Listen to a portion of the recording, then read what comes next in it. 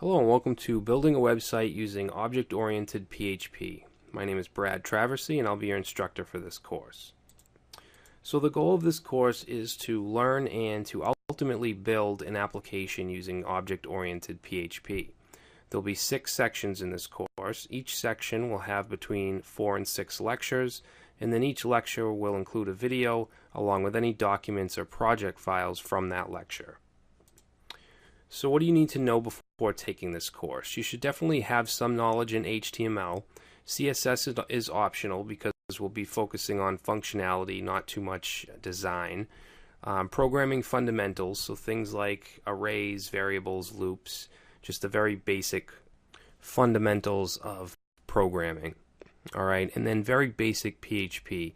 You don't have to know any object-oriented PHP. And you could take the course without knowing any at all, but I would suggest at least learning the basics first. Alright, so the final project is going to be an application with a complete login and registration system, and users will be able to register, log in, and then post shares. Shares are just mini posts with a title, body, and link to a resource such as an article. Shareboard will be built on our own custom MVC framework that'll be built from scratch. Alright, so MVC is Model View Controller. It's a design pattern that is used often in PHP as well as other languages.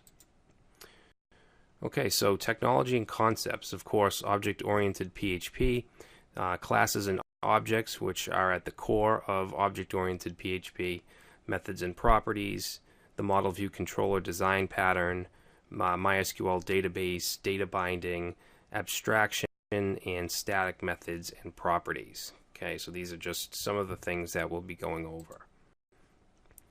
So here's an overview of the sections. We have section 1 will be an intro to PHP. We'll look at arrays, variables, functions, loops, things like that. Section 2 will be object-oriented PHP fundamentals.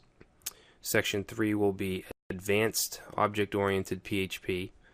Section 4 will be working with a database. We'll build a class that will interact with a MySQL database. And then section 5 and 6 will be building our Shareboard application.